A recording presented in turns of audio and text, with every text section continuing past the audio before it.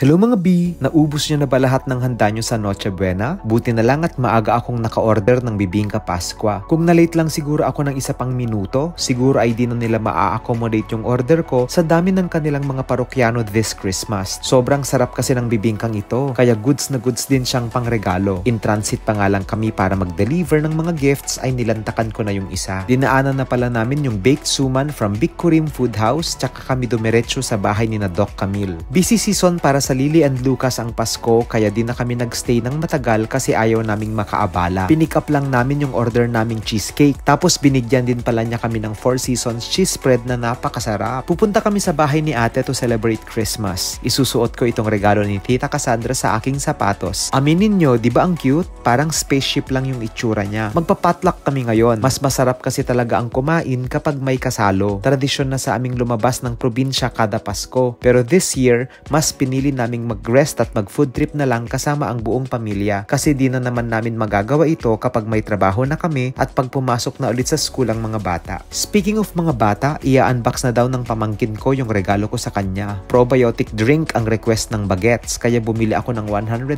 bottles. Bet din daw niya ang school supplies kaya bukas ko na lang siya bibilhan. B, I hope you had a happy holiday. Kung may natirang grahams pa kayo, pwede mong i-share sa akin yan. Yun lang.